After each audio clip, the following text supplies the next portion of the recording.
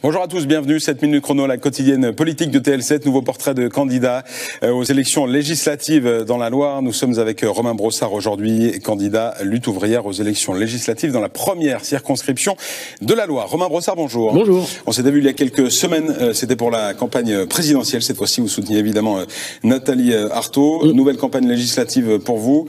Donc, même question, dans quel état d'esprit vous êtes à quelques semaines maintenant du premier tour du 12 juin prochain ? Dans le même état d'esprit que quand j'étais déjà venu, c'est-à-dire que pour nous la campagne des législatives c'est la continuité. C'est une campagne parmi d'autres. C'est une campagne parmi d'autres et c'est la même campagne en fait que celle qu'on a menée pour Nathalie Arthaud. Il y avait les présidentielles avec Nathalie Arthaud, on dit absolument la même chose, peut-être même avec un petit peu plus de force. Parce que c'est quand même assez frappant de voir qu'aujourd'hui, la situation des travailleurs, elle se dégrade à vue d'œil. J'étais effectivement venu il y a quelques semaines. En quelques semaines, la situation, elle s'est dégradée, ça se voit. Les prix continuent de flamber, comme c'est pas arrivé depuis très longtemps. Il y a des pénuries de produits. Vous avez vu l'huile qui manque, enfin la guerre en Ukraine qui s'intensifie. On n'est pas à l'abri un jour que ça prenne encore plus d'ampleur. Bon, voilà. Donc cette société, elle est en train de s'écrouler sous nos yeux. Voilà. Donc il est encore plus urgent, à la limite, qu'il y a quelques semaines, qu'on réagisse, non seulement qu'on pousse un cri de colère à l'occasion de ces élections, mais qu'on utilise ces élections pour se préparer à prendre notre sort en main, à réagir par rapport à ça.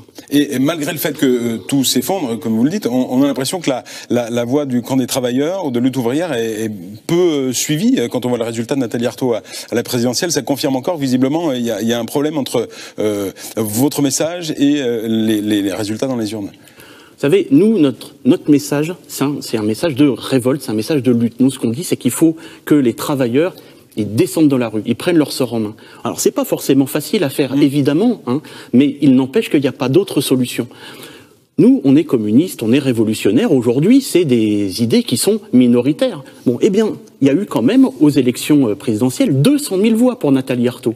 Pourcentage, ça fait modeste, mais il n'empêche qu'en valeur absolue, ça fait quand même 200 000 personnes qui disent, oui, effectivement, cette société, elle est en train de s'effondrer sur notre figure.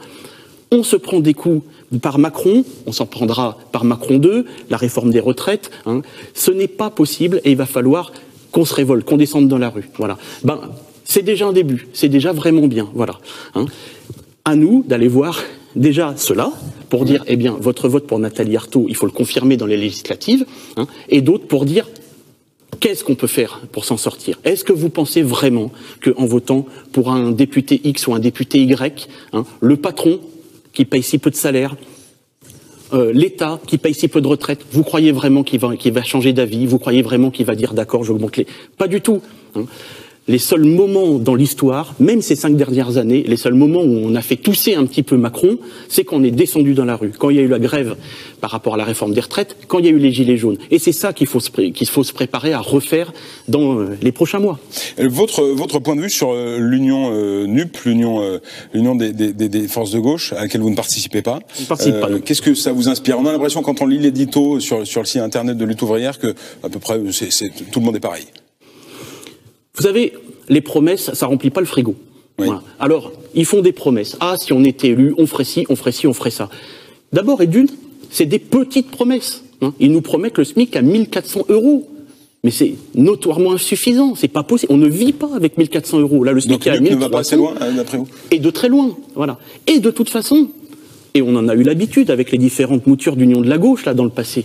De toute façon, les unions de la gauche, ça a été Hollande, ça a été Jospin, ça a été Mitterrand. À chaque fois qu'ils sont en campagne, ils nous font des promesses. Et une fois élus, ils s'assoient dessus. On commence à avoir l'habitude là-dessus. Voilà. Donc, réellement, il ne faut pas croire dans ces marchands d'illusions. Voilà. Ils nous font des belles promesses. Si vous votez pour nous, on fera ci, on fera ça. Rien du tout. Ça n'a jamais été le cas. Tout ce que nous, on a réussi à obtenir, ça a toujours été par notre mobilisation. Donc, on est là pour le dire. Voilà. Réellement, ils nous font croire qu'ils ont une chance d'être élus. Premier ministre, Mélenchon Premier ministre. Peut-être ça m'étonnerait, mais si c'était le cas, c'est ce que je viens de dire, il ne ferait pas plus que les autres. Bon. Et sinon, il faut construire une belle opposition parlementaire, comme si c'était les députés qui allaient faire reculer les attaques du patronat. Ils nous proposent de construire une opposition parlementaire. Nous, ce qu'on propose, c'est de construire une opposition ouvrière. C'est ça qu'on propose dans ces élections. D'aucuns syndicats annoncent un automne agité socialement. Vous l'attendez? Vous y comptez? En tout cas, c'est parfaitement indispensable. Voilà. Si on veut arrêter de reculer, c'est de plus en plus une question de survie, réellement. Enfin, Macron veut passer la retraite à 64 ou 65 ans. Hein. Bon, les aides-soignantes dans les EHPAD, les ouvriers sur les chaînes de montage, les gens qui travaillent sur les chantiers, ce qu'il dit Macron, c'est qu'il veut les faire crever au boulot. Avec la pénibilité qui pourrait permettre d'avoir des variables. À 3 mois en moins, 6 mois en moins. C'est pas vrai. Hein. Ce qu'il faut, c'est forcément pouvoir partir à 60 ans, avec 37 annuités et demie de cotisation, c'est-à-dire avec une retraite digne. Hein. Ce qui n'est pas le cas aujourd'hui, ce qui sera pire demain. Réellement, c'est de plus en plus une question de survie. On est en train de manquer de tout. Hein. De plus en plus de gens ne sont pas capables, n'arrivent plus à se nourrir correctement, à faire nourrir correctement leur môme. On n'arrive plus à remplir notre voiture d'essence. Hein, on se demande comment on va faire le plein. Sur tous ces points qu'il faut se battre d'après vous. Et la voiture, qu'on a du mal à remplir d'essence, quand elle tombe en panne, c'est la catastrophe absolue. Donc réellement, c'est une question de survie qui s'offre à nous. Il va falloir qu'on se bagarre. Voilà. Cet automne, ou avant, ou après, je ne sais pas, le plus vite possible, et c'est que comme ça qu'on s'en sortira. Lutte ouvrière présente des candidats dans les 6 circonscriptions de la Loire. Ça a été simple à trouver les candidats. Il nous reste 30 secondes, Romain Brossard. Oui, ça a été simple parce que, quand même, on est un parti qui compte, implanté, qui est connu. On a des militants qui sont là au moment des élections législatives pour défendre ces idées-là et qui, peut-être contrairement à certains d'autres, seront encore là le lendemain, le surlendemain et les mois qui viennent, devant les entreprises, sur les marchés populaires, dans les quartiers, pour continuer à défendre cette idée que nous, les travailleurs, on ne s'en sortira qu'en prenant en main notre sort nous-mêmes, sans compter sur les uns sur les autres. C'est en nous que réside la solution. Merci beaucoup, Romain Brossard. 7 minutes chrono, c'est maintenant terminé. Je rappelle que vous êtes candidat sur la première circonscription de la Loire. Merci à vous de votre fidélité. Nouveau portrait de candidat demain sur TL7. À demain.